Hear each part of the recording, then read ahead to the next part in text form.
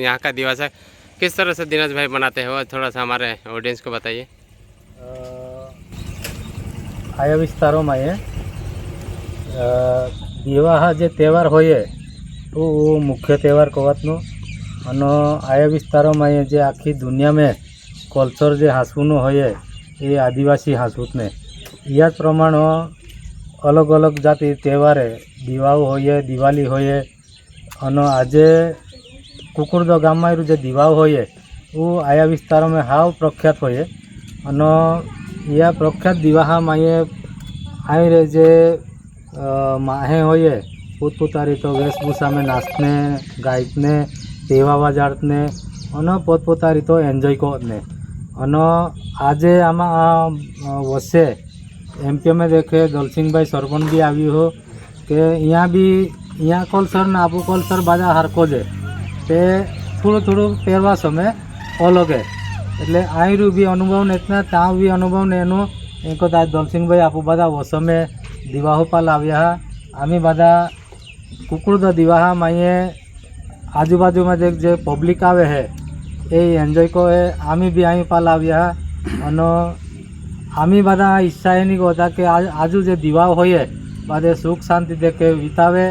અને શાંતિ દેખે બધું યા દિવાહો પૂરું કરે એની શુભકામના પાઠવતા।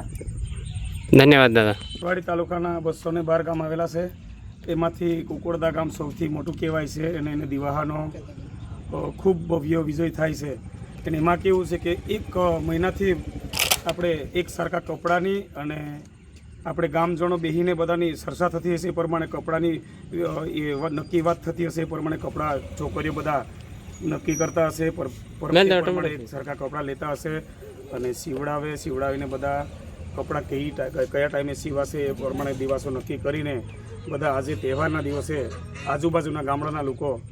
ભેગા થઈને આ કુકરદાના દિવાહો ઉજવતા હશે। બરાબર। તૈયારી કરે એના ઘરેણા માટેની તૈયારી કરે અને લોકો એટલા ભાવથી આ તહેવારની ઉજવણી કરે છે અને લોકો ખુશીથી આજુબાજુ ગામડામાંથી બધા અને નાચ ગાન કરે। બીજું કે આ તહેવારની અંદર સતત 3 દિવસ સુધી આ તહેવાર ઉજવાય। પહેલા દિવસે આ ગામના લોકો રામદેવની પૂજા કરે, બીજા દિવસે પણ એ પૂજા અમારી આદિવાસી સંસ્કૃતિઓ પ્રમાણે કરે અને ત્રીજા દિવસે એનો તહેવારની ઉજવણી કરે અને તહેવારના સાંજે બધા જ લોકો આજુબાજુથી બધા મહેમાન પધાર્યા હોય એ બધા તહેવારની મોજ માણી करे પછી नाच गान करे છે। આજે તમે દેખી રહ્યા છો કે આ તહેવાર એકદમ બિલકુલ પોતપોતાના વાજિંત્રો પ્રમાણે પોતપોતાના ડ્રેસની અંદર આ લોકો પોતાની ઉજવણી કરી રહ્યા છે અને આ પરંપરા વર્ષો હજારો વર્ષથી ચાલતી આવેલી આ પરંપરા છે અને અમે લોકો આ ભીલ સમાજની અંદર વચ્ચે થોડુંક એક નિશાન એવું હતું કે ડીજેને આ બધું વચ્ચે આ તહેવારની અંદર સામેલ કર્યું હતું પણ એને અમે લોકો ભીલ સમાજના લોકો બધા ભેગા થઈને એને નાબૂદ કર્યું અને નિયમો બનાવ્યા કે આદિવાસી સંસ્કૃતિની અંદર જે તહેવાર ચાલે છે એ રીતિ રિવાજ પ્રમાણે થવા જોઈએ। આજના આધુનિક જમાનાની અંદર જે ડીજે અને બેન્ડ છે એનો પ્રતિબંધ થવો જોઈએ અને આજે એને અમલ કરીને બધા લોકો આજે તમે જોઈ રહ્યા છો કે એ પ્રમાણે આદિવાસી સંસ્કૃતિ પ્રમાણે દિવાસાની ઉજવણી કરી રહ્યા છે। ભાષા છે એની અલગ જ ભાષા છે અને એ ભાષા કઈ ભાષામાં ગીતો ગાતા હોય છે? આ જે ભીલી ભાષા છે એ મહારાષ્ટ્ર, ગુજરાત, મધ્યપ્રદેશ આ દરેક જગ્યા પર અમારી એક જ ભાષા છે પણ થોડો લય અલગ અલગ છે અને અમારો જે આખો જે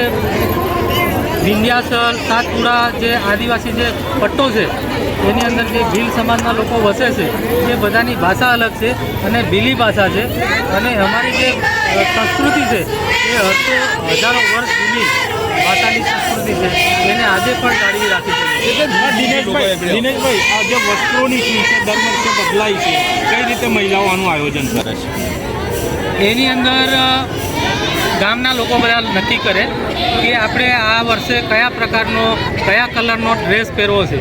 એ પ્રમાણે બધા લોકો અંદર ફળિયા વાઇઝ એ લોકો નક્કી કરે છે, એ પ્રમાણે ડ્રેસની એ લોકો પસંદગી કરે છે. દિનેશભાઈ ભીલ, રાષ્ટ્રીય ચેમ્પિયન તીરંદાજ.